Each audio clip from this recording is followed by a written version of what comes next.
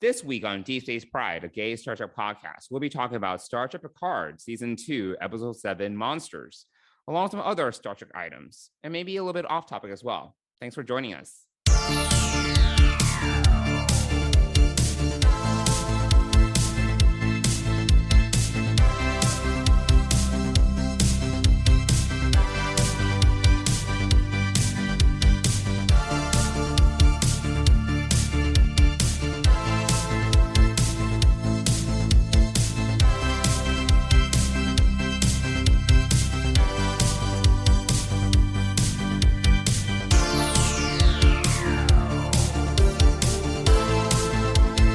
Hey, Mike, how's it going today? Good, Johnson. How are you? I'm not too bad. It's been a long week. I'm very tired, but hence this life, toil and suffering. What about you?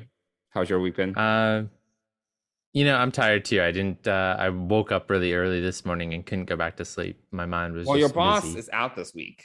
So what's your excuse? No, I just had a lot on my mind. Just thinking about a lot of different creative projects and things that I'm doing, outside of work. And so I'm just, my mind woke up and it was chatting away, and I didn't feel tired. I feel tired now, but I didn't feel tired this morning. In fact, I even debated about getting up and like going into the office or, into the home office, not into the office. But I knew if I did that, Hamish would wake up, and then that he would wake up Dennis and all of this. So I just over. Basically. Yeah. So I just laid in bed and thought, did some thinking, and yes. So yeah, but I am tired now, and we are recording kind of late because someone had last minute dinner plans. We've been recording late pretty often. This is nothing new. True. But I was expecting like our normal like 7 o'clock recording time tonight. Oh, okay. I gave you plenty of heads up. If you call 90 minutes heads up, sure. I'll remember. Wait, was it only 90 minutes before? No. I think so. It was like 5:30. Oh, okay. So you said, hey, can we yes. Well, did you cook dinner today? But it's fine. No, I didn't have to cook dinner. Did Dennis make dinner? Dennis cooked dinner. It was good. And yeah. No, so yeah. I did go into the office today. I had some things to do. I had to meet some people and do some things that I could only do on site.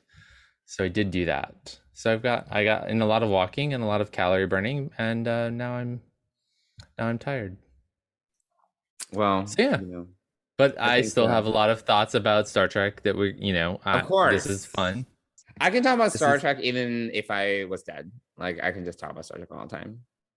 Yeah, crazy. And today's a trio of birthdays. So George Takei is 85 today.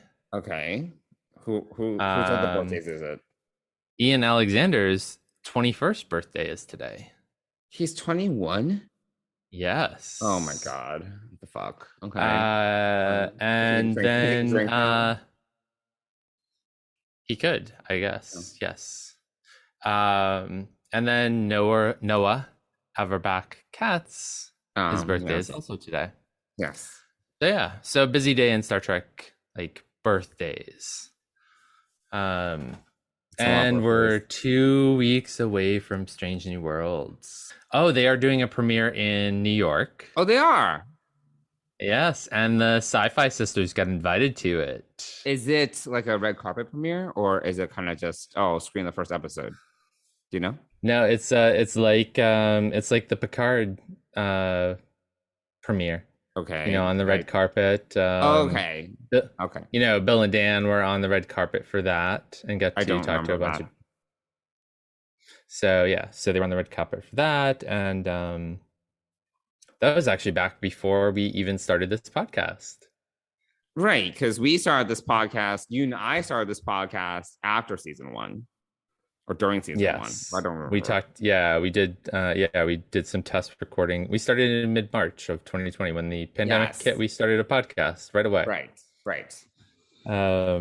So it's a red carpet, and so the sisters. Where is it?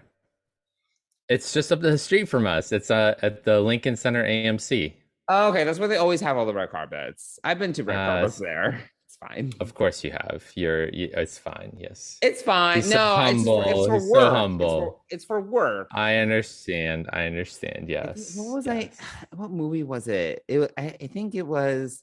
It wasn't Get Out. It was like one of. It wasn't. Was it Jordan? Was it Jordan Peele movie? It was like in that vein, and they had drinks, Okay. and I was like, "Oh, this is nice," but I was also Yeah. like, "I want to go home." So, So what's really cool is we should get together of this them. Are they going to come in town? Are they going to go? they're trying, some work. They need to figure out the work things and whatever. Yvette's here in the city, so she'll definitely be there. But whether Sabrina, Fran, Does she live in the city? she lives in the Bronx, yeah. Oh, for some reason I thought she lived in Westchester. Okay. No, or maybe she does. I don't know. Now you got me confused. Yeah, I thought she lived in upstate. But no, not upstate. No, Westchester's upstate. Okay. Anything north of Bronx is upstate. So okay, that's where I thought she was. But I'm not sure. But anyway, yeah. So they got invited by Anson himself. Oh wow! Yeah, cool. It's a great story. I'll let Tamia or Yvette tell you the actual story. So it's really cool. So they got invited to the premiere. They're going to be on the red carpet Very cool. People. So that's exciting. Really exciting for them. Do you know when it is? What? Do you know when it is? I do. It's next Saturday night. Oh, okay. Okay. So yes, next Saturday night. I think it's next Saturday night. Or is it this Saturday night? I don't. It's probably next Saturday night because then the actual premiere on Paramount Plus is falling Thursday. So that makes sense. That makes sense. Yeah. I can't go. Yeah. Plans. Of course you do. You're fully booked out. Of course. But if they want to have brunch, I can do that. I'm free for brunch right now. Okay. Well, I'll float that out to them later on. Of course not. I have a much more open schedule, so I'll be like, "What do you ladies want to do?" It's a friend's birthday. I gotta go. If Johnson is free from his social responsibilities, then he can join us. No, a friend's turning 40. It's over. I can't go. Sorry. Even if I was to meet Anson Mount, but I can't go. Sorry. It's friend's 40 birthday. Sorry. Later. Well, all right. Well, there you go. Doesn't matter. But that's cool. That's awesome. Yeah. Very so cool. I'm getting really excited about this. I hear it's really good. Our minds are going to be blown from episode 1, I've been told. Goodness. By sources who have seen it already. And yeah.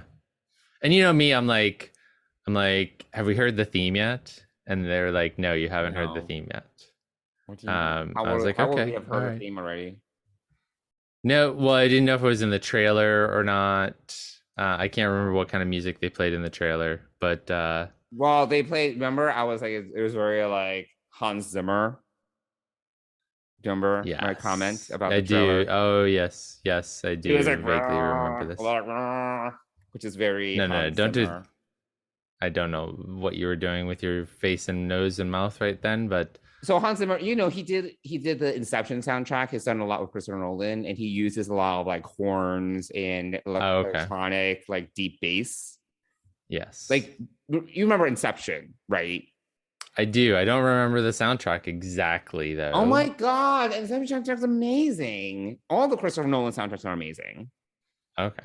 Well, that's quite a praise coming from you. Oh my god, they're really good, but they do have a very consistent through line in use of like horns and electronic.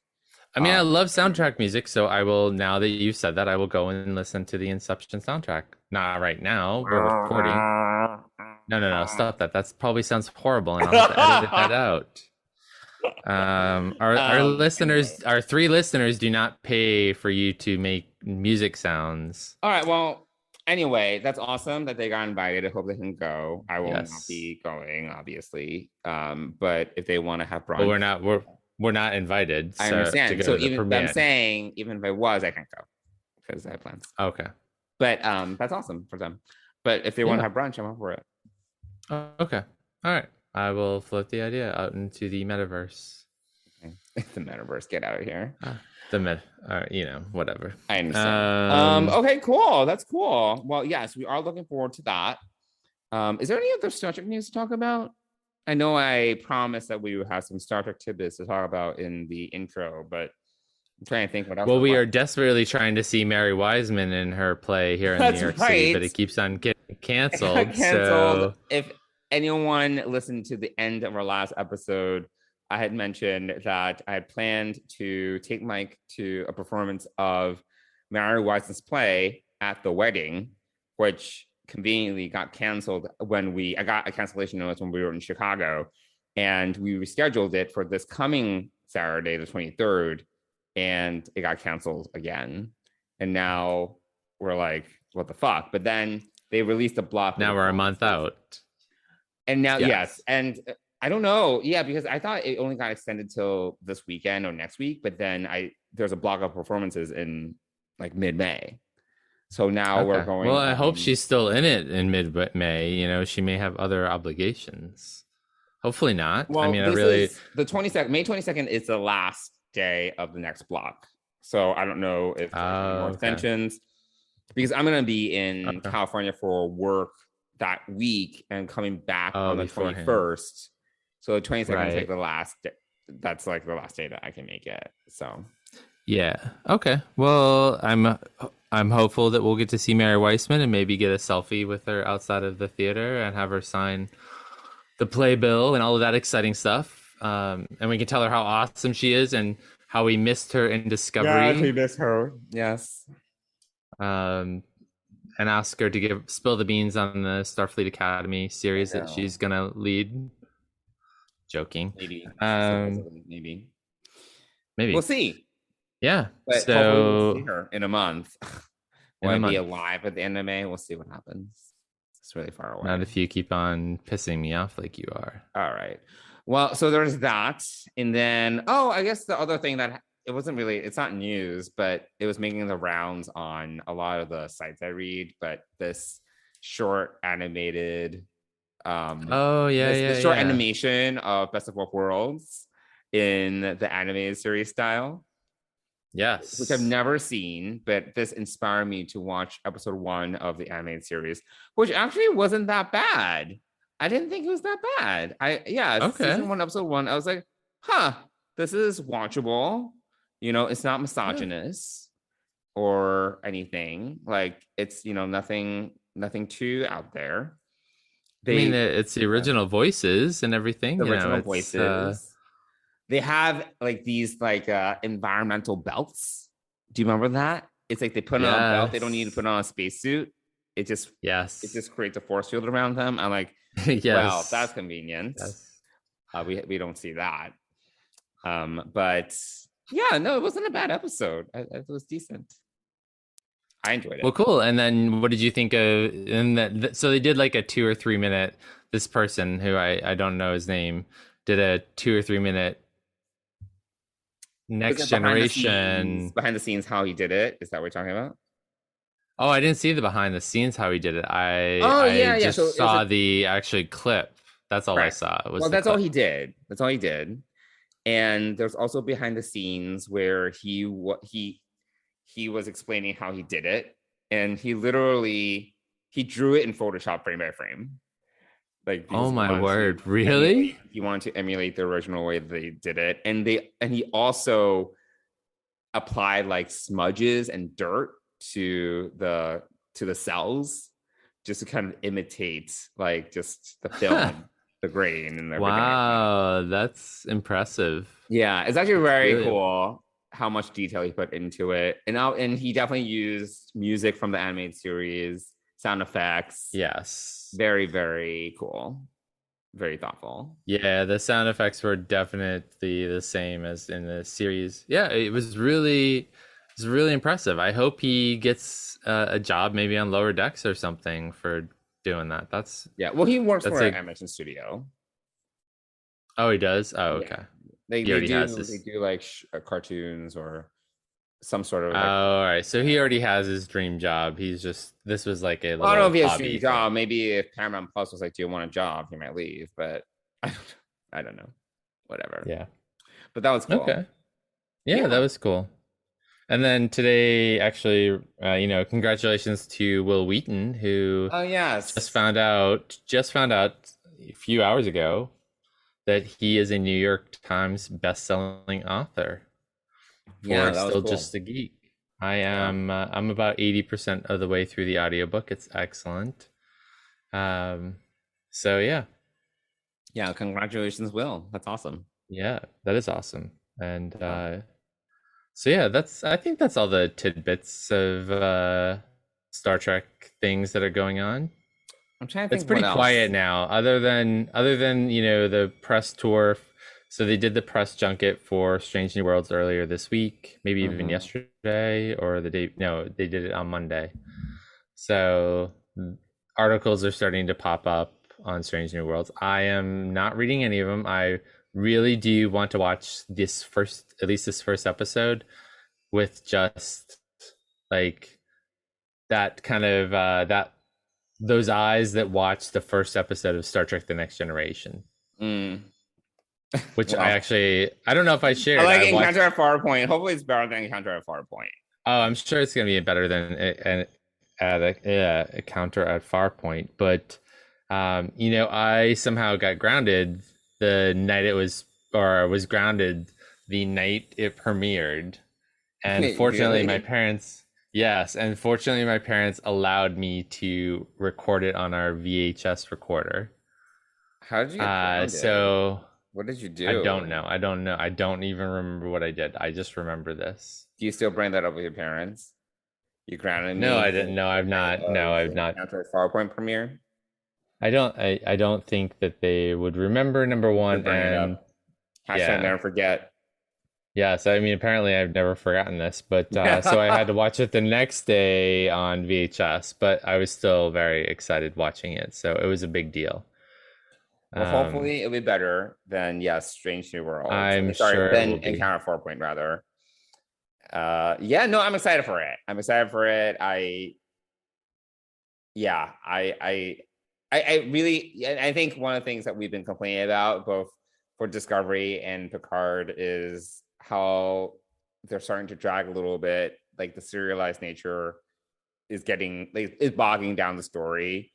I mean, the exciting thing about Strange New Worlds is that every episode they get like if one episode doesn't really work, that's okay. It's like start fresh the next episode. You know, you don't have to like get super bogged down Yeah, because the problem right now is that you start with a concept and then it may or may not work that well, but you're stuck with it for the whole season. And now you're just right, like, all yeah. right, we gotta finish this. You're committed versus the episodic version where you can just, start fresh. So that's what I'm excited for too. Because Yes. they've got, it works. Yeah. The serialized thing works sometimes, but when it doesn't work, it really doesn't work. And it's like, oh my God. Right. Yeah. I mean, it's yeah, exactly. When you start getting bogged down in story details or side quests, Yeah. things like that, it's just yeah, it's too much. And so I don't know if um do you ever watch, not to tangent too much, of course. Did you ever watch Once Upon a Time on ABC? I probably watched it when it first came out, but I don't Oh my God, remember season one was the anything. best. And it was like 23 episodes. It was totally serialized. It was great. But then this is what happens. Then every season is super serialized. You have 20 something episodes to work with, and it becomes like super long. And then what they did, which I thought was innovative, which I think that Discovery or Picard, well, Picard's over, but Discovery should consider if it keeps on going, is you have mini arcs. So instead of like 10 episodes or 20 episodes, they're not 20 episodes, but instead of like, having to do a 10 episode story, you do a 5 episode story and a 5 episode story, if Yeah. you really want to do serialized. And that actually helped Once Upon a Time because like the problem was 20 something episodes for a show like that. It just like, oh my God. But if you do Well, like shorter arcs, right. Well, a because then lot you of the get to do the CW storytelling, but then you don't need to commit so much to it. right. Well, all the CW shows used to do season long I know it's serialized shows, and those get really long. oh my God. I don't watch them anymore, but back Well, in I the love the day with Flash. Arrow. Arrow was great, and then after a while, I was like, oh my God. I was like, I can't do this anymore. Yeah, no, yeah, exactly. Yeah, it just gets too much, and yeah, I would love for Discovery to do some like 3 or 4 episode arcs, and Well, season one kind of did that, which I kind of like season one, as I've mentioned. You had like the Mirror Universe arc, like you had the yep, Klingon War that's true. setup arc, and then you had the Mirror Universe arc, and then you went back to like the Klingon War. So you ended up Right. being like these mini arcs because of the way they broke it up. Yeah, yeah, it was wow. Yeah, it's been 4 or 5 years since I we've know yeah. we're old. Wow, we are old. Yes, Um, it was a lifetime ago. It was a pandemic lifetime ago, correct. or several. Yeah. So, yeah, I'm Yeah. looking forward to episodic Star Trek. That'll be fun. Yes, And episodic yeah, Star Trek. I'm okay with character arcs. That's fine. I think yes. they joked about it on the panel. They were like, yeah, it's not like something really traumatic happens to someone, and then it's like the next episode they're fine. It's like that makes sense. Yeah, Worf Or- doesn't break his back and is fine the next week, Right. that sort of thing. Right, So, exactly. which is good. Yeah, it's Exactly. just So yeah. cool. Any other Star Trek tidbits or news? No, no, no. I mean, it's really these days. It's right now. It's kind of slim pickings. That's like Star Trek Picard and what else? Moon Knight, and that's it. Really, nothing else new. You're veering into off topic. Oh, one thing I want to ask, have you had, I know we talked about the convention last week, but have you had any additional thoughts or takeaways from the convention since we last spoke? I mean, other than still kicking myself for not picking up Wil Wheaton's signed book when I saw it. So, lesson: never forget. Hashtag never forget. Never forget. Yes. When you see something you want, buy it. Right. Because it's so that there's that. One thing I thought about after the convention, after we spoke, and I didn't even notice it at the time, and I was like, wait, there was zero representation from the movies.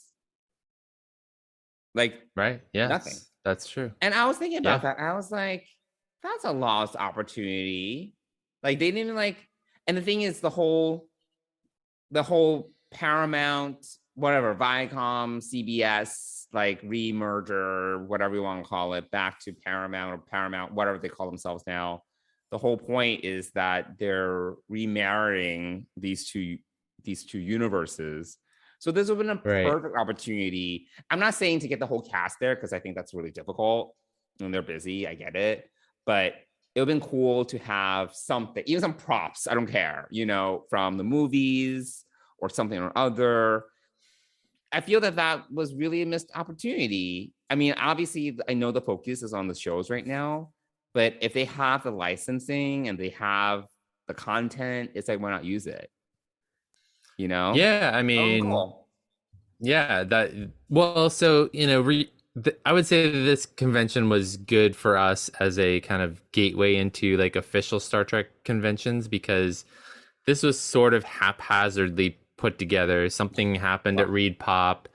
And there were a lot of missed opportunities. Like they had something very tumultuous happen internally. I want to know the tea though. I don't really. Do you know any tea from that? No, I don't know any tea. No, I mean, but so I think whatever happened, obviously disrupted. I would say my guesstimate, and this is just based on what we've seen, is that whoever was leading this part of Reed Pop for the Star Trek missions conventions was not doing their job, was doing it horribly. And they had to clean house or whatever, and then bring new people in and get them up to speed. And that's why all of these guest announcements were very last minute. Omissions like Wilson Cruz, Never Also forget. hashtag never Never forget. forget. Yes. So I'm not surprised. I would also say based on the floor of the convention, right? You know, there was plenty of room for more booths. There was Oh plenty of yeah. room for more vendors. I think so. I think a lot of it really just fell through, you know. Or if they Um, have so much room, I would also be like, all right, let's just set up more pop-ups or props or whatever. yeah, They're all I mean, just I sitting think it would have somewhere, been. right? I'm sure they're sitting in some sort of storage. So it's like why not? Let's just bust them out. I don't know. Yeah, I mean, they did have a couple of They had the Prodigy Captain's Chair and the Strange New Worlds Captain's Chair, but Well, they had the whole Strange New why Worlds couldn't like exhibit, and they had the they did have Picard, that? Yes, the General Picard, the whatever, the skulls. That was skulls. cool, but there Yes, was that was definitely cool, room for but that was more. it. You know, Yeah. yeah, So yeah. There was plenty of room, so I think there was just a lot of lost opportunity in inviting vendors or definitely lost whatever. I mean, opportunity in my mind. Definitely lost opportunity for them to reposition themselves and say, here's all, we have all the Star Trek content, the films and the series. That would have been a great opportunity to, from an optics standpoint, mhm. if they're really going through this rebrand and remerging the franchises or whatever, to be like, here we have everything. That would have been a good idea, but here we are. So Yeah, here we are. So, hopefully uh Mission Seattle will be much better put together. Although it is on Memorial Day weekend in 2023, which does not excite me about traveling that weekend. It does not excite me about the higher cost of traveling and everything that weekend. And it's also clearly across the country. So, yes, it's very far. um, so there's that as well. So and a lot of us in the Trek Geeks podcast network are East Coast based. So it's quite a trek for all of us to go to Well, this. they obviously weren't thinking of us when they figured where they were going Of to course not. be No, no, convention. So no. I mean, Atlanta would have been fine, go to, but yeah, anyway, why not like it a is what warm it up? is. Like, Let's, whatever. yeah, right. Yes. San Diego. Let's go to San Diego. No, it's Comic-Con. San Diego is so But far. anyway, yes, it is. I'm just thinking of like if they wanted to do West Coast, then Oh doing it yeah, somewhere yeah. I'd rather go warmer to would California be than Washington State. So, yes. but So yeah, but well, uh hopefully in a year plus time, things will be running smoothly and the world will you know, be running just fine, hopefully. And we'll have a lot of Star Trek, and maybe, I mean, by then we'll perhaps have a movie coming out soon. I think we'll they're, see. I think they're I'll believe it shooting when for I a see it. movie. Yeah. Yeah. But anyway, so yeah. But yeah, no other real thoughts on the convention, other than yeah, my Wil Wheaton mishap on his book, and yeah, I can't really think of anything else that I would have done really. I didn't mind. I know that we had a little bit of back and forth on this. I didn't mind the moderators. I thought they were fine.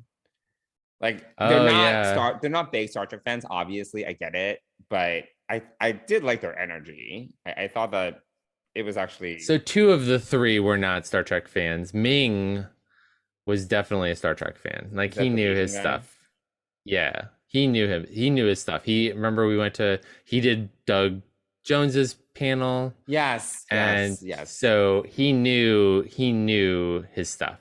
Like he is a nerd slash geek. Mm. By the way, this is not a conversation to have right now, but if I ever get to talk to Wil Wheaton, I do want to know the difference between what he considers to be a geek versus nerd. So his book is called Still Just a Geek, Right. but on the Ready Room, he says, "Hey nerds." So I'm curious Oh, how he delineates the two, or if they're conflatable. Yeah, what's the difference between the two? But anyway, no, I thought, Ming was really good. He did a great job with the ones he did. I think the others, I liked, but anyway, Holly Wong, what's her name? Helen Hong. Oh dear, I think. Yes. I don't know. I actually did like. I mean, she was my a favorite little... out of the three. Oh really? Oh, I liked Ming. I thought Ming did a great job because he's more like, I didn't know him, but he was also just, he knew his stuff. He knew he had geek cred. The others were, yeah. Well, Helen, yes. You can tell that she does stand up. She's a comedian. Yes, I like that. Yeah. I thought the guy who did the warm-ups and everything, I thought he was pretty good too. Are you talking about the guy who wore the white pants the whole weekend, or are you talking about the other one? No. I'm talking about the DJ for the DJ. Oh, like the MC, right? The MC, yes. He was fine. MC. Yes, he was okay. Yeah. He seemed to know some. He seemed to know some stuff. He seemed to have knowledge. Yeah. And he was good at thinking on his feet with a crowd, so that was fine. Yes, he was. Yeah, 25 years working for Disney or whatever, and DJing for weddings and whatnot. He knew his stuff. No, he was good, and he was good. I mean, I thought they were all better than the moderators we got at Vegas. So, 100,000%, yes.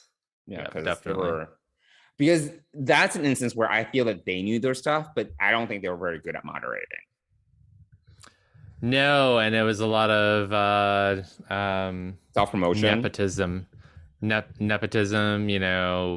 Yes, I know Ian Spelling has written about Star Trek for 30 plus years. He used to write in Starlog back when we were growing up, and Starlog. I get it. He has a long journalistic career, but almost all of the moderators, with the exception of, I think, Chase Masterson, were all white guys. Oh. And, it was just very not diverse. It was all old school, it just felt very buddy, like family nepotism.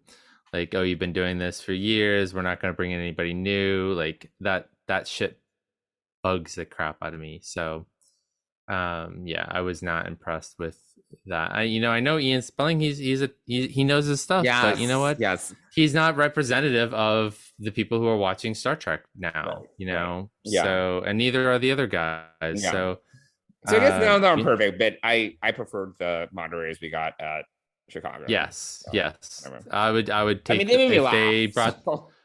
If they brought those three back for the next one, absolutely, I'd be totally fine with it. But I think there is a little bit of a petition to Paramount and even Reed Pop to kind of reach out to the community and find people not unlike ourselves. I'm not saying that we should be up on stage, because I don't know that we could, but not on the main stage, but people who have been in the industry for a little bit longer, or who just more common people who are like fans but also know their stuff. And no, it's hard because sometimes it's interesting to bring a different perspective. I get it. I get what people are saying, but sometimes it is interesting to have a complete different POV on stage. I don't know. Whatever. We'll see. All right. What happens? Maybe, gosh, how long we've been talking for a while. So we should probably talk about Picard now, right? Yes. So why don't we get into it? We'll talk about this week's episode, Monsters, Season 2, Episode 7. The mission, Renee. I'm not talking about the mission. All of that was part of Q's plan. Did you experience that? Did you relive those memories? I have to take that on board. You know there's more to that story, don't you? Whatever it is irrelevant with what we are trying to fix. Not if he wants you to know it. There is no better teacher than one's enemy. But I've been letting him control the lessons. Know thyself. That's what he wanted. Know myself. What if the lesson I take is know him? I'm not sure I'm following. I always filed Q as unknowable, but here he is, so late in my life, still fixated on me. He needs this trial to happen. He's saying it's about me, but it's deeply personal and urgent to him. If we understand why that is, we can go on offense. It sounds like you want to summon Q. Flattered, but that might be beyond my capabilities. Yours may be. But there's someone else. Talon ventures inside Picard's subconscious mind to help him wake from a coma and face both his darkest secrets and deepest fears. Seven and Raffi go in search of Jurati, whom they fear has succumbed to the monster inside. Rio struggles to hide the truth of who he really is from Teresa. Does he? There All we right. go. Well, I guess we can get into it. All right. So I thought it'd be good for us because this episode, unlike a number of the past episodes we've had, have very distinct like A plot, B plot, C plot. So I thought we could talk about this episode, just quick overview thoughts. Let's not go on for 10 minutes rambling on and on about, everything. Quick overview thoughts, overall thoughts rather, and then we can split things up, talk about Picard and Talon, Seven and Raffi, and then Rios and Teresa. So, Mike, I'll start with you. And I want complete unique thoughts from what you have already articulated on Discovering Trek. All right. I don't want any you haven't of content. Zero duplication. Oh, whatever. So, Whatever. Mike, quick overall thoughts about this episode.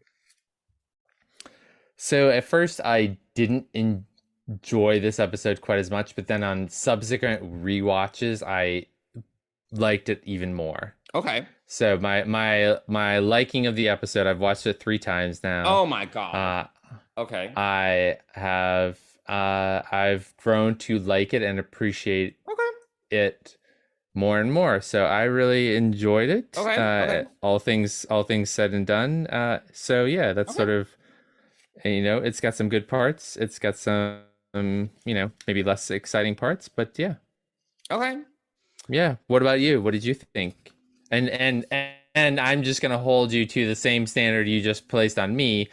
Don't go on a diatribe here about why I'm the one that's proposing this outline, so I know how to stick to my prescription. Anyway, we'll see. Yeah, I was not a fan of this episode. I fell asleep. Actually, I told you this. I fell asleep. I actually only watched this once, and I was trying to muster the enthusiasm to watch it again, and I couldn't. So I've only seen it once. Overall, I just I really didn't really feel that it was particularly revelatory. I don't think it really pushed the plot forward, and I also question some of the plot points, some of the narrative. So yeah, I just thought it was boring. Like I was literally bored. And we also didn't have any Jurati Borg Queen, which is my favorite narrative thread of the season. So it was like, by then I was like, wait, where's Jurati? So that was another letdown for me. So yeah, that's my main takeaway. Well, why don't we break things down so we can add some structure to our conversation. So yeah, why don't we start with Picard's journey, and Talon's obviously mixed in there. So yeah, why don't we start with that? Okay, sounds good. I'm handing it over to you. That was a prompt. Oh, that was a handoff? Yeah. Oh, I see. We need to work on your handoffs. That was not exactly. I thought it was obvious enough. I was like, let's start with that. And then I paused and I was waiting for you. You paused with no question, anyway. Do you need questions or you start talking? All right. What did you think of Picard's subplots? The A plot of this episode? So the beginning of the episode was really confusing until you, on multiple rewatches, you start to pick up little details. So specifically that he's in the ready room, which is the ready room from the La Serena, not from Yes. another ship. Mm-hmm. So there's that's kind of confusing at first. Then there's this fireball, there's this star in the sky and beyond the outside of the ship.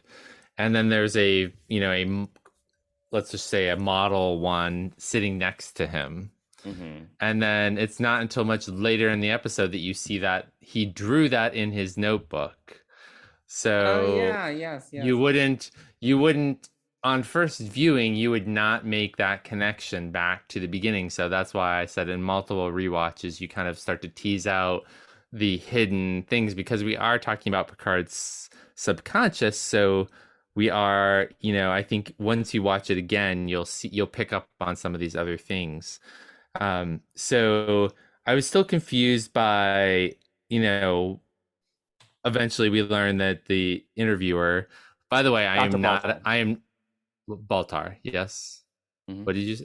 Yeah, I am not a fan of James Callis. I think obviously, he's a fine Dr. actor. Baltar. What? I love Dr. Baltar. Of course you did. Of course you did. Did you not like Dr. Baltar because he was a douche? Yes, he was a douche. Yeah, But he was so I did good. not He was like such him. a complex villain. Okay. Anyway, we're not talking about Battlestar Galactica. We're talking about Picard. It's like I like Dr. Baltar as much as I love Kai Wynn. Okay. Anyway, moving on. So I had a hard time adjusting to him being there, and obviously you don't learn until much later in the episode that he is actually his father, which is weird because in the beginning Picard doesn't recognize him. He thinks he's just a psychologist. So there's that piece that really didn't connect with me about that, as well as not connecting with James Callis, who a lot of people mix up with Alexander Siddig. What? So there's this whole thing about, yes, people think that there was Bashir there, and it's not. It's two completely different. Yes, it was a huge thing on the interwebs. I liked I liked the star and how it came back later in the episode as the sort of the map of the what's underneath the chateau, right? Of the tunnels and whatnot. So I really did enjoy eventually learning and seeing and realizing that the demons are not real, that the demons they're not physically real like they're made out to be. It's really the demons that his mother was fighting. Yes. So it's all, but it's, from a child's perspective, you get these, they're probably, this is a child's like memory of right? something. Like, they're analogies to like the struggles that his mom went through in his tumultuous childhood. So I thought it played out really well, though. I thought that learning about all of this, learning about his mother's demons, I really liked I liked that they took on this whole idea of mental health and the effects on families and getting help and all of that. So I like the undertones of the episode in that way. I thought that the actors who played Yvette and young Picard, Madeline Wise and Dylan Von Halley, did a great job portraying their characters, and I really loved Orla Brady in this because she played off young Picard really well. So I thought that was really, like, she was kind of like the very motherly figure that I just really thought she did a wonderful job with that, and trying to help young Picard, work through his experiences that he's having. I also thought that it was really dark that in the end you realize that his mother abandons him, and it was only because he dropped his notebook that his father actually found him. So because he was caught, his foot was caught and broken, like it couldn't get away, and if it started to rain he would have drowned. So I thought that was all really an interesting perspective, because you do kind of, from the history of the Next Generation, Maurice Picard never agreed with his son going to Starfleet, was just a mean person. And we didn't get that much in TNG about really his family life, other than his, some of the stuff we see in Family and his interactions with Robert. Like, we get very little of it. So, I actually liked the first scene. It was very like mystery what's happening, but I actually really liked it. It was kind of like, you can tell that this was happening in his mind's eye, and it was very surreal and what was happening. I actually like that. And then I just feel that it didn't really go in many places. I mean, like, I mentioned this to you. I just think that at the end of the day, and apparently there's more to see, right? There's like, because Talon was like, oh, there's more that you're not revealing, and apparently there's more to the story. I feel that honestly, yes, I feel his mother's probably going to kill herself or something like that. Some tragic thing's going to happen. But the last thing that we see is like she's locked in the room, right? And young Picard has the key, so you can kind of intuit that he probably let her out or something. Right? Yes, exactly. Yep. So I feel something tragic's going to happen, and he's further trauma such it's going to blame himself. At the same time, he's going to blame himself, but I also think Maurice is going to blame him as well. So I think that that's sort of going to be the impetus for the break between him and Maurice, and why he never this lack of bonding with his father happens. This and also I think that kind of leads him to running away, air quotes, running away to Starfleet Academy, like to get away, to get off Earth, to get away from all the tragedy that he's endured as a young kid. So I think that this is all like the story. And the thing that I think is really important to remember is that this episode is all about, or this show is all about Picard. So Patrick Stewart really wanted to do a different take on Picard, or go deeper and do some stories that he hadn't done before. So I think that it's interesting that we're diving into this, and a lot of people aren't necessarily resonating with this storyline as much, in the sense of like, this isn't Star Trek, or this isn't, this isn't. That's my problem with it. Like, I'm okay, like, diving into the psyche and the psychological makeup of the character. I just thought it was somewhat pedestrian. Like, I literally used the word pedestrian. I didn't think it was that interesting, because I thought it would be much more interesting. I don't even know what to expect necessarily, but there's just been so much buildup. And remember, the premise of the season, which we have yet to really reveal, is Q wanting Picard to like face his fears, right? And or learn some lesson that we don't know what is. Yeah. That is so earth-shattering that Q has manipulated all space and time to teach Picard this lesson, so that Picard can somehow help Q. And I was like, there's so much hinging on this. And I was just like, that's it? I was just kind of like, whatever. I was just like, all right, your mom had, mom. I'm not belittling that.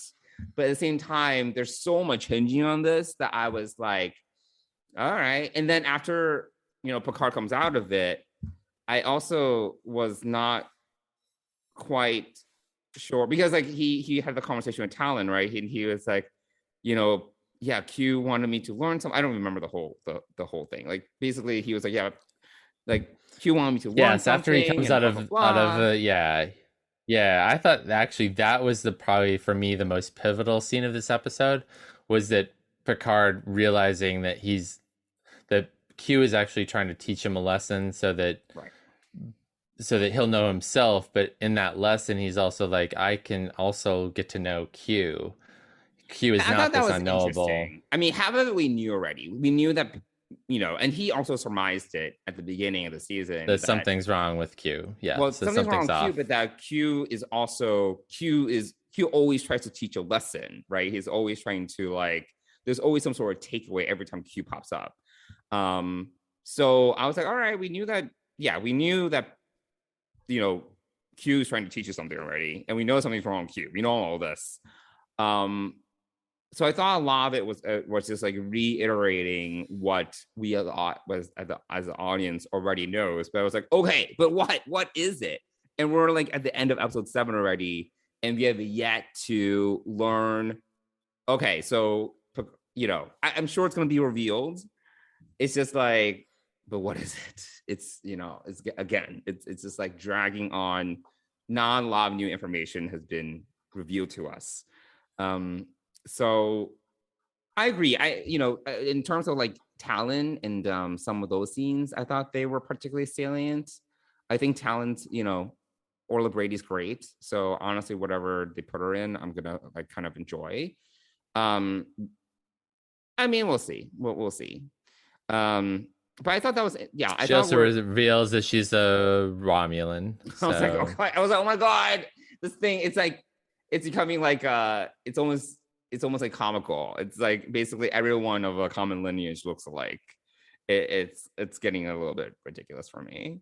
It's silly. I think it's silly, but sure, I'll take between it. the song. You mean between the songs and now Talon and Lara, yes. And also Soji or whatever. I don't remember her name. Roma. What's her name? What's the daughter's name? Corey. Corey. Thank you. Yeah.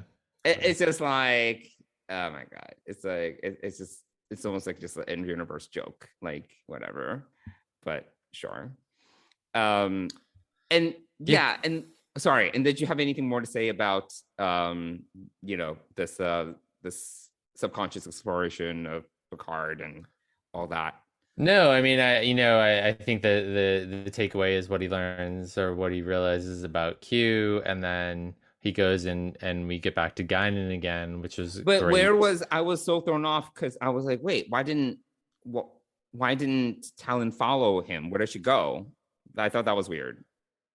No, because remember, Talon and Guinan don't get along. I know that. I remember that. But at the same time, I was like, this is such a pivotal moment. You're just not going to go with him. Like, that was weird. Like, I wasn't surprised at all. I mean, I totally understood why she wasn't there. One thing I remember, this was like for 2 episodes ago. I'm sorry, I'm like all over the place. But remember how Talon can also control minds? Like when we were first like introduced her, the supervisor, she was able to like control people. I'm like, why didn't she do that at the party? Why didn't she do it at the gala? Like she could obviously like control people's heads, right? And like make them do things.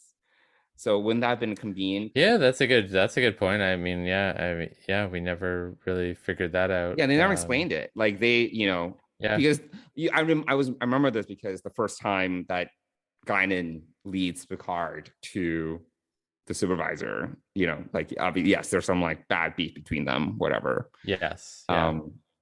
But yeah, she was able to control people. I was like, oh yeah, that would have been useful for the gala, huh? But for very short periods of time. So, we didn't really explore that after that.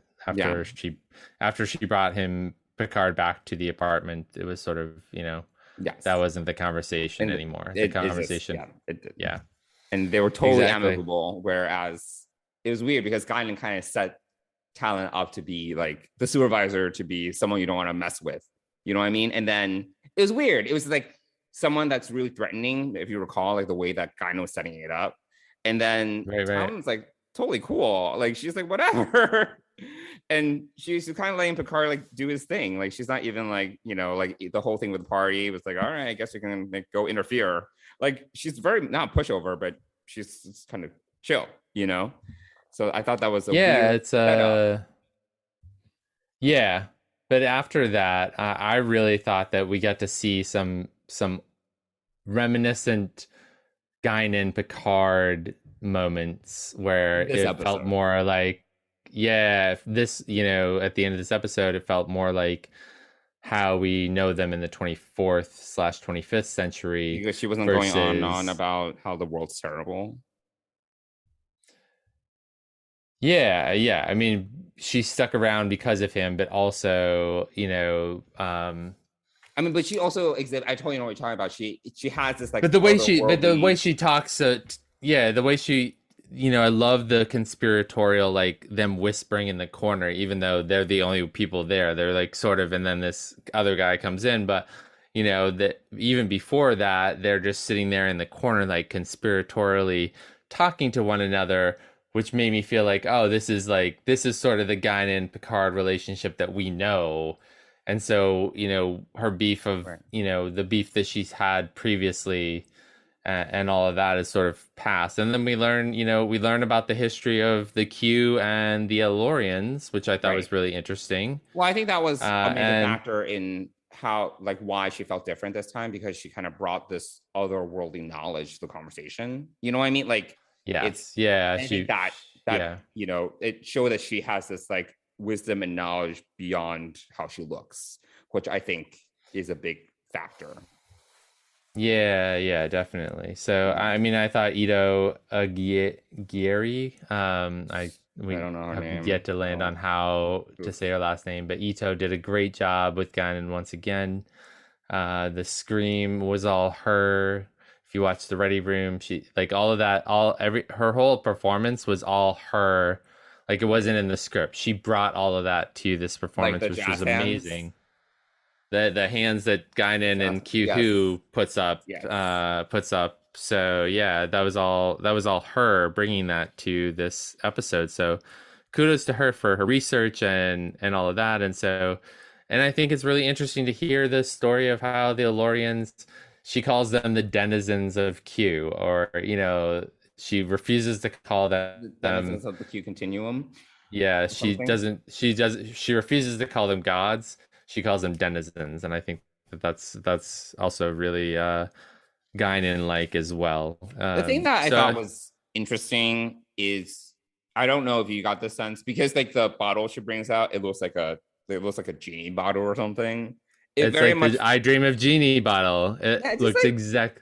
Yeah, yes. It felt almost like it felt almost like a spell. Like, you know what I mean? The whole thing. I thought that was a little bit weird, like, for Star Trek. It was interesting. I mean, I sort of liked it because it gives this otherworldly. It's like, is this feeling to Guinan? I don't know. I didn't mind it, but I was like, oh, it's almost like it's a summoning spell. That's basically what it is. Yeah, which didn't work. So interestingly enough, so we can speculate a little bit about what's going on with Q because of that, assuming that she did the spell right, which we have no reason not to believe that. I'm curious as to whether or not, if it's just something wrong with QQ or the larger continuum, because would the spell have called another Q or something like that? Is something like more wrong, or if it's just RQ, like an issue with RQ?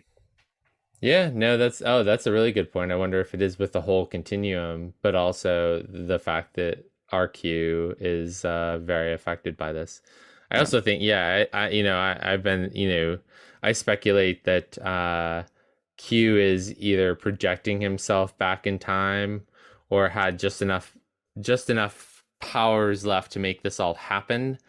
In order so this is my prediction, is that he did all this with the last bits of his power to help Picard learn this lesson, so that in the end Picard will go and help him and the Q continuum. Like, I think that's what I'm imagining season 3 is going to be all about, is the fact that whatever lesson Picard learns this season, he's going to feel indebted or want to help Q, and that's going to be the mission of season 3 with the original Next Generation crew. So that's my speculation. I have nothing to base it on. That's just my mind working overtime and thinking about all this. So, oh my God, I not want that. Like, that sounds terrible to me. And then the episode ends with this guy coming into the bar, Agent Wells, which, I didn't recognize him during watching this, even I didn't recognize. I was like, he looks really familiar, but I did not recognize him until and then he's the same guy that was on the Relativity, right? So but he gave off very Mulder from X-Files vibes, which I thought was kind of interesting. I liked that. And the preview of the next episode, they're sort of in a basement, which doesn't even really look like I mean, so it just looks like an interrogation room. It looks like an interrogation room to me. Oh, to me it didn't. It looked like somewhere, in some basement somewhere in some building that he has just brought these people in for on his own, and has a small group of people that work for him. But I get this feeling that he's very Mulder like, Maybe. But we'll see. There is a chance that he is from the future, so there is that possibility. Time, if he's not, I'm kind of like, do we really need? Because this was my initial reaction, which I think was yours as well. Like, do we need like another thread to start? Right? Yeah. Like, yes. When I feel there's so many other things to wrap up and get back to. We haven't seen Q for 2 episodes at least.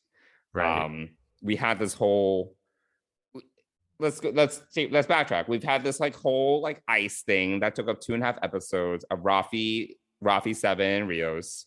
I mean, the only thing we got out of that was Teresa, which, at least there's that. But literally, they went on this whole side quest. And then there was another side quest with Renee, who is now gone.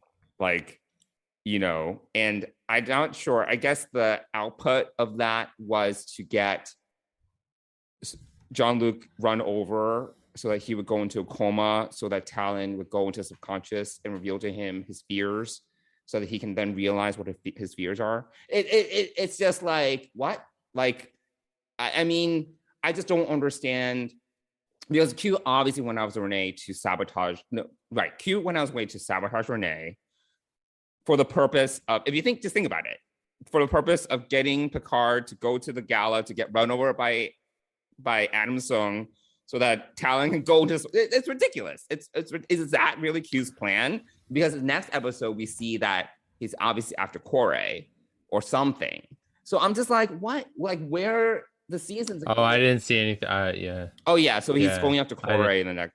Spoiler, it's in the preview. But I'm just like, who's going after him? Wait, who's going after her? Q is going after Corey. Yes. Oh, okay. He appears to Corey. Oh, okay. I'm just like, I don't. Yeah, I agree. We don't need another side quest. It's also been just all over the place. I don't really know. Is this the most direct way for Q to teach Picard what he needs to teach him? Like, I don't know. Like, it just seems like he needs to get into an accident for him to realize his fears or whatever. Right. It's very bizarre to me. I just don't. And now, episode 7. Now, do we need another new character for us to go off on? And we still need to get back to the future. I don't want season 3 to be about more Q stuff. Like, I don't know. We'll see what happens. I think it's gonna be. I mean, John Delancey did leak that he's in season 3. So I wonder, if that's entirely true. But we'll see what happens. We'll see. We'll see. So that's sort of that's the main thread line through this episode. Then we have 2 subplots going on here. We have 7 and Rafi, and and we get Jurati for a second when we see her in the season footage, and she drops by the bar. And then we get Rafi and 7, trying to find her whereabouts and realizing what's wrong. Yeah, exactly. Yep. So what were your thoughts about their side quests? Another side quest. I love the conversation when they beam back to the ship. I thought the play off of one another and about growing old together and tripping people with that was great. Canes. I like that. I thought that was all really cute. And we saw that when we watched the writer room. You remember in Chicago, they previewed that scene. Yes, yeah. So it was I love the banter between Rafi and 7. I like this version of 7 a lot. I like this human not assimilated by Borg. Jerry Ryan gets to shine as an actress. She's a great actress, and they have great chemistry with one another. So I think so. It's sort of like they're almost like to use a Scooby-Doo reference. They're like Velma and Daphne, kind of going off to they're the investigators trying to find Jurati, and which is again we only see Jurati for like a minute in this episode Right. as she goes in. We do see and I can't think of her name, and I apologize. Wife? Yes, I can't think of her name. I don't. But it was nice to see her in the episode. Patrick convinced her to do this, which I thought was great. So yeah, which I'd never seen his wife before. I just thought that scene was odd. Like, if you need to get a rush of endorphins, is the best way to do that to go into a bar and break the window? It's just very like, why not ride a roller coaster? Or I don't know. I feel there's so many other ways to get a rush of endorphins. It just like was very weird to me. And then like when Seven and Rafi are they're investigating, and then Seven breaks a glass. I was like, what is she doing? And she's like, trying to put the pieces together. And I'm like, really? I was just like, is this the best way to get a rush? Actually, I thought that actually made the scene, because it helped me understand what was happening with the Borg Queen. And so by Seven doing that and explaining it, you kind of get, oh yeah, if I smash something, on purpose, it does kind of give me a little bit of a thrill. It's, forbidden. It's, but it's exciting as well to break something that, has no consequence or whatever. So that made it all sink in as to like, because, the whole like song and dance, and when the Queen takes over from the gala is, you kind of don't get that same impression, because for a lot of people performing on stage, and certainly for Jurati, performing on stage would seem to be more of a stress inducer, not a stress reliever. And so I thought that it's more is she going more for like part of it's the adrenaline rush, but then the euphoria that comes afterwards, right? Because if you have a big presentation and it goes well, you afterwards to kind of get a you feel that's true. But I didn't piece that together until just now, that piece. But also I think Seven smashing the bottle helped me understand that whole okay. I was like, random, that sort of thrill that, to beef up her nanites and make her happy. I would be like stressed. Honestly, a better way to really get endorphinized or really get a rush is probably just have sex with someone. Like, she would probably hook up with someone, and that would have been amazing. I mean, maybe that's next. Maybe that we don't know what happened. If she needs that rush, what I'm talking about, like, that's way more effective than smashing some glass. Yeah, like absolutely, hooking up with some guys, and maybe if someone which maybe she did. So perhaps, well, we have yet to see what they haven't found anything beyond her smashing the glass, and this, they don't know what's next for her, where she's gone to. So hope, I'm sure we'll find that out this next episode, hopefully. So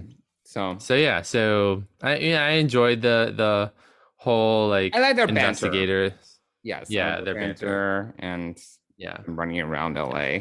By the way, I mentioned this to you, I'm so over LA. I'm just like, we gotta get it. You've always been over LA. You don't. Yes, I'm over LA, but LA also just looks the same constantly. It's like mid-high-rise buildings that are all the same color, unless you're like in Beverly Hills or Hollywood, where it has a very distinct look. Like, a lot of the buildings in LA just like look the same. It's not very unique looking. It's like, I got it. It's not like the most. I don't think it's the most like thrilling place to film. It's not the most architecturally diverse. It's not aesthetically. It's not an aesthetically interesting city. Yes. And it's like also kind of like just LA is like, it's so spread out. That's the other thing about LA. It's very spread out. That's the only thing I don't like about LA. It's very spread out, and the energy is very spread out. And it's just like, I don't know. Which I think is perfect for like this sort of adventure. Like, doing this in New York City, it would be, obviously, that'd be too much. It would be too much, because, our police and whatnot are more on like looking out for people who are acting this way versus in LA, they can sort of hide in the weeds of the, you know, outskirts of the city or whatever, wherever they are. But anyway, yeah, I'm enjoying their banter. I'm hopeful that their romance will continue. Yeah. I I wouldn't think mind for that that's to great. continue season 3. I would be into Yeah. that. Yeah. Well, why So- don't we get into the final plot thread of this episode, which is mostly focused on Rios. So thoughts Yeah. there? Yeah. Did you like this part at all?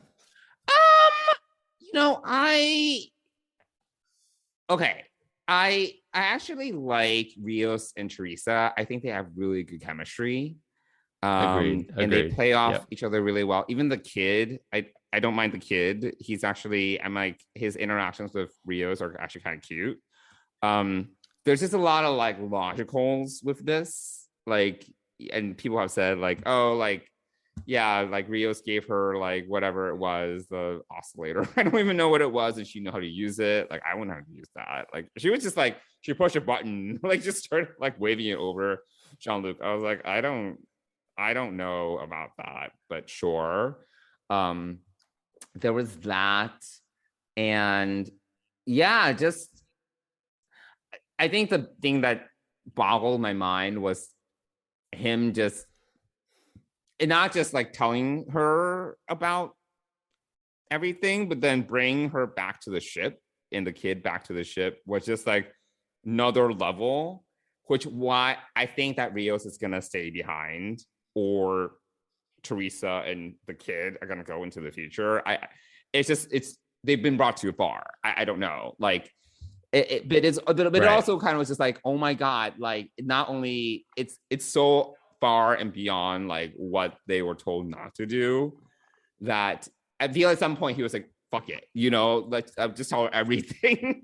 Like it just like it was a little Yeah, it doesn't make entirely sense to what we know about the mission and butterflies and trying not to. But it's just like complete in the face of it. It wasn't just like, oh, by accident. Yeah. It was literally like on purpose. But that's why I think at some point he was like, fuck it, you know, like she already knows enough, like with the damage that's been done, might as well. Which I'm like, I guess. I mean, that very much happened. The same thing happened in Star Trek 4 with Jillian Taylor. Like it was at some point, like right, yeah, like, exactly. Yeah. Like Kirk got tired of just trying to lie to her and was like completely brought her in, and then she went to the future. So it's like it's a little bit like that, you know. It's very reminiscent of Star Trek 4, which I have brought up before. So yeah, I actually like the callback to Star Trek 4. I liked when Rios said, I'm from Chile, but I work in outer space. I thought that was really, you know, you could see that coming, but I thought it was cute and, you know, interesting. You know, it was you could see that coming. So yeah, we do have a Star Trek 4 situation, whether Rios stays behind or whether Rios stays behind, or if Teresa and Ricardo, her son, go to the future is yet to be determined. My money is on Rios staying behind. But we'll see. I don't know. Yeah, we'll see. Yeah, not that that's gonna happen. I do enjoy their chemistry. I do like. I think it's very. There's a great dynamic between the two of them. Sol Rodriguez, she's great. She plays Teresa. Teresa. Okay. Yeah. She. You know. So I think that. Yeah. I think it's great to see this. She's great. I actually chemistry, really like the actress. I think she's doing a great job, and you know, I think we both like women with spunk. Like, I think this is the common thread. Yeah. And yeah, she has spunk. You know, she doesn't take things lying down. Like, you know, she's very strong. Any crap. I think that's why we both like her. And no, she and Rios are you know, they work well together. I just question the logic of Rios. Yeah, Rios' logic in this doesn't make any sense. Yes. But maybe he's in love and it doesn't matter. Like maybe it's that. Yeah, I think that there's that. Yeah, I think there's feelings involved here. I think that there's this you know, he's made a couple of mentions to feel like that he's sort of out of his depth with Picard, not understanding the robot body, nobody talking about it. He's been through a lot with his previous captain. He's become a loner, so in a lot of ways, and he mentions that Picard is sort of like a father figure for him, which I think it was a nice reveal in that way. So that this I is was like, someone. sure. I mean, I think it's someone who's looking for found someone that he's interested in, and family, and she did save his life, so there's that. Oh, Teresa. Yeah, she saved his life. I mean, he I had a head injury. I never the thing about, just going back to what I said really quickly, the Rios feeling like Picard's a father figure. I just never really sensed that. That came out of left field for me a little bit. Because I never really felt that they had that kind of connection or banter. I mean, other than the fact that Picard's older and he's a man of authority, I never really like got that kind of.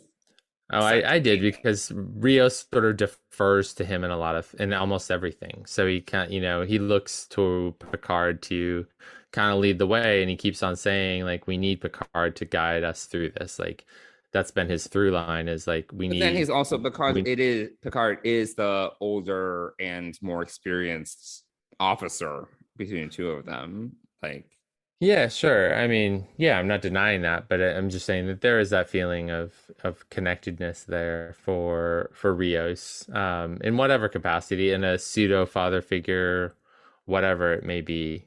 I think it's, I believe it. I can see it as a through line throughout this season.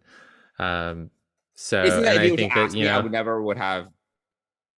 I wouldn't have said that until he said it. I was like, oh, I guess. Like, it's not wrong. I'm like, okay, sure. It's just like not. It wouldn't have been like the first. I mean, I don't know that I would have put my complete finger on it, but I could see. Once he said it, I could see it throughout the whole season, like how he's deferred to Picard in a lot of ways. How he, how he when he comes on the Stargazer, how he defers to him, and like, it's your, like, all of this stuff. I just see that sort of through line, and also the fact that Picard got him back into Starfleet, so there's also that piece of it as well. So I think he owes Picard a lot in a lot of ways, and so yeah. But anyway, I think that's what everyone that I've talked to has kind of had a problem with, is Rios's actions just don't make sense. And like, he's in love or whatever. Yeah, I mean, it could be as simple as that. It could be really that simple. So, and maybe that is the answer. So, yeah, I mean, it's obvious, I think, that he's in love, but yes, he's in love. We don't know that that's the motivation for his actions. But yes, we can sort of assume that, for some people, if they have enough of those feelings, it's like, yeah, fuck it, nothing else matters. Yeah. So yeah. And he's enjoying the 21st century, so this is also why, like, he sort of feels at home. So that's, again, sort of, for me, leads me to believe that perhaps Rios is going to stay in the past, but we'll kind of see. But I thought this episode. So last week, I thought last week's episode was only 38 minutes and it dragged on. This one's 46 minutes and it just, I thought it. As I'm watching it the second and third time, I never looked at the clock. I never looked at how long. I thought the episode moved along really well. I thought that there was a lot of great dialogue in this episode. So I think that the writer did a great job with the dialogue between. No, I mean, the episode it dropped for me. Like, the even though I feel that for you, right? It did, yeah. Even though Orla Brie, I think, did a good job. Like, I thought, like, some of the scenes, especially in the tunnels and with young Picard, I thought that dragged on for a bit. That's when I fell asleep, actually. I thought there was a lot of that, and them kind of running around in the tunnels, and I feel that actually could have been tightened up a little bit. I don't have huge problems with the pacing, but there were problems. I felt there were like I got a little bored. But obviously that's me. I'm glad you liked it. Maybe I should watch it again and maybe I'll like it more on my second viewing. But Yeah, overall, I think you should give it more time, you know. I think like literally I couldn't you know, it muster grows the on you. enthusiasm to watch it again because I was like, I don't need to see all these tunnel scenes and them kind of just like fighting these monsters Right, and yeah. blah blah blah, whatever. Yeah. Nope. I totally yeah. You know, it's not for everyone. I mean, you know, I know some people who are really not enjoying a lot of this because this doesn't feel Star Trek enough to them. So My problem you is know, definitely which not is that. fun. It's Yeah, not no. that doesn't feel Star Trek. Like it's definitely much more along the lines of what I was saying earlier, where I actually don't think it's. I don't think it really. At the end of the day, I just don't know how much it adds to Picard as a character. Like, I just feel that there's so many, like we get so many defining moments with him in the Next Generation, and obviously I know that things in our childhood really stick with us, but there's so many other things that have defined him as a person that we've seen, and that was over the course of literally like 8-9 years. That something like this, I think, because a lot of those situations have been so fantastical because of the situation, right? Like whatever, he died and came back to life, like in Tapestry, basically. He was assimilated by the Borg. I'm trying to think what else. There's been others, like, I mean, you know, whatever. he brokered peace with the Klingon Empire. You know, There's plenty of things have defined him as a person that I just feel something like this is so pedestrian and just not that interesting. And I'm just surprised that he never dealt with it. I guess he's 100 years old at this point, and he's never dealt with it. Like he's never been forced to kind of grapple with this in any way, which I suppose he's never can happen, needed to. You know, but yeah, absolutely. Yeah, I don't know. I just don't really know how much it adds to him as a character. For me. Oh, I think it's interesting. You know, I think it makes it interesting for him as an actor to do this. He didn't, you know, we all love Jean-Luc Picard. I mean, that's why we're watching this show. That's why we, you know, love him. Really, not all of us love this. Not all of our sci-fi sisters are a big fan of Patrick Stewart anyway. Maybe not Jean-Luc Picard, but yeah. I think that's fully fleshed out conversation that we had with them. That was interesting. Yeah. No, yeah.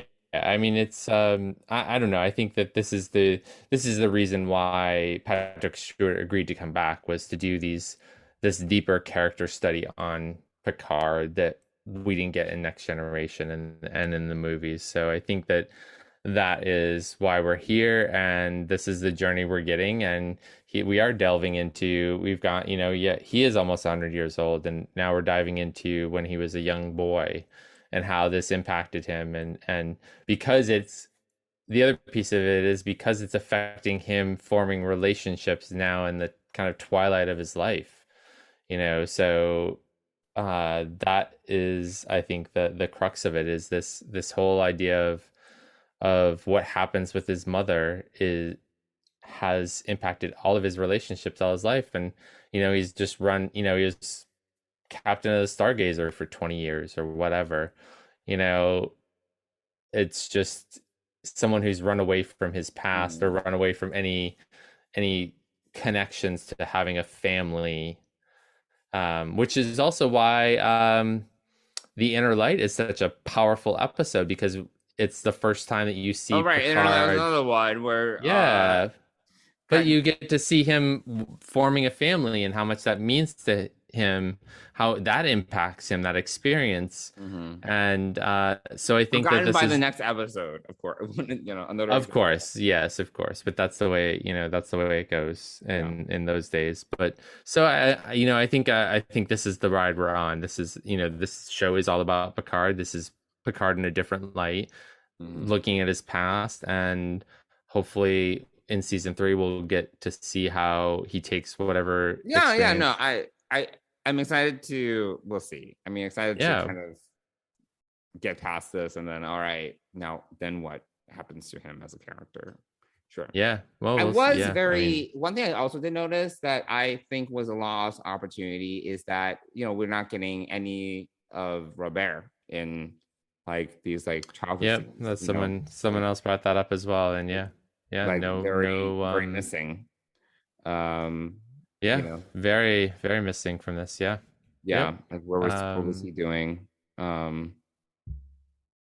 That's a great question, but we're not getting the answer to that. We're not getting any of that. We're not. So we might as well just, unless there's some sort of big twist. I don't think that Robert's gonna have it. I don't think we're gonna get any big twist with that. No, Robert is not something that is going to bring any more to Picard's character. So unless he kills the mother, that would be interesting. That would be a twist. Oh, that Robert is responsible for. Yeah, I'm just making up shit now. But wow, but that's interesting. Yeah, but I don't think that's going to be the case. But anyway, that's retconning a lot. Father kills him. Maybe his father kills her. I don't know, something happened. Who knows? Well, we'll see. So anyway, but we talked a long time about this episode. I mean, there was a lot going on in this episode, which is why I think I liked it. But there was a lot of different things happening in this episode, and unlike Discovery, we get to actually dive deeper with these characters. They get a little bit more screen time.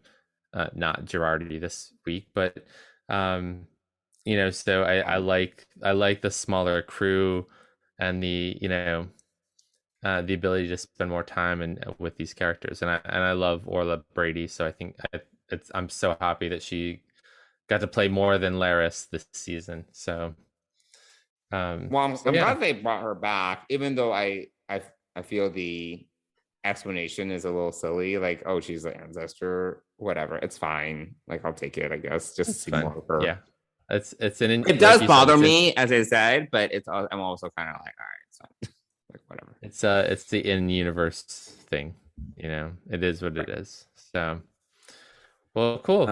There we go. All right, do we still want to talk about off topic? No, we've gone on long enough. I'm tired. Let's bring this let's wrap it up. All right. Well, Mike, do you want to talk a little bit about our sponsor? Absolutely. Fansets is the exclusive sponsor of the Trek Geeks Podcast Network and Deep Space Pride. And they've got some really cool pins from Chicago that we get to see. My favorite is the new Master Ships collection, which is a 3-dimensional magnet / pin. It's not really a pin. It's sort of a display. But it is the Enterprise A, which I think is really cool. I do like the design of the A, although the refit of the original Enterprise is my favorite. But it's a beautiful pin. It's heavy duty. It's awesome. And it's available now on fansets.com, as well as the 3 pins from Star Trek Mission Chicago in 3 different sizes. So including the extra large one that has the outline of the Enterprise D in it, and some glitter as well. So glitter. So there's some really neat pins. So head on over to fansets.com, go to new releases. You're going to see all the pins that I just talked about. Plus there's the new Admiral pin that can go along with your Delta from Star Trek 2, your magnetic or pin-on Delta from Star Trek 2. So head on over to fansets.com, put a bunch of pins in your cart. If you spend more than $30 and you live in the US, you're going to get free shipping. And if you use the word Trek Geeks at checkout, you're going to get 10% off your order. And we want to thank Fansets, John and Lou and the whole team for sponsoring the Trek Geeks Podcast Network and Deep Space Pride. Thanks, Vincent. All right, cool. Well, we obviously had a lot to say about Picard. We'd love to hear from everyone and hear your thoughts about Picard season 2 or anything else that we chatted about. You can reach us on Twitter and Instagram at DeepSpacePride, or you can email us at deepspacepride@gmail.com. If you reach out to us, we'll do our best to get back to you. And if you like this podcast, please leave us a high star review, 4+ star review, if possible, on your podcast platform of choice. Cool. All right. There we go. All right, cool. That does it for another episode of Deep Space Pride. Mike, did you have anything else to regale our listeners with? No, definitely not. Looking forward to episode 8. Hopefully we make a huge leap towards resolving some of these things that are left up in the air. And we move towards the finale, or the penultimate episode, in 2 weeks. Oh my God. All right. It also happens with the premiere of Strange New Worlds. But anyway, yes, thanks everyone for listening. We appreciate you. The finale that's the overlap, right? Yes. No, because tomorrow's episode 8. The next week's episode 9, right. And then episode 10 is on May 5th. You're right. Correct. Yes. Sorry, I messed that up. So very good. Good catch. Anyway. All right. So we'll be talking about the finale of Picard and the premiere of Strange New Worlds. It's going to be a lot to discuss. So yes, mentally we'll need your succinctness and your plan of attack for that episode. All right. Well, cool. All right. Thanks, everyone. Thanks, everyone, for listening, and we'll see you all here next week. Bye.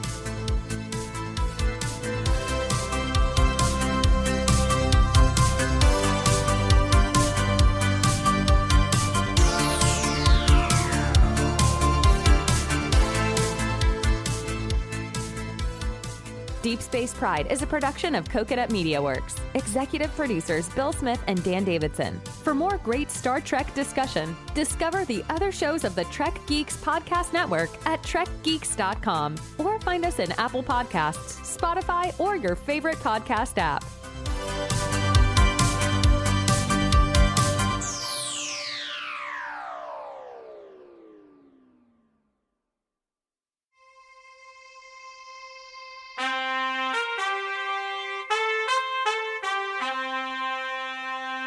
Coconut.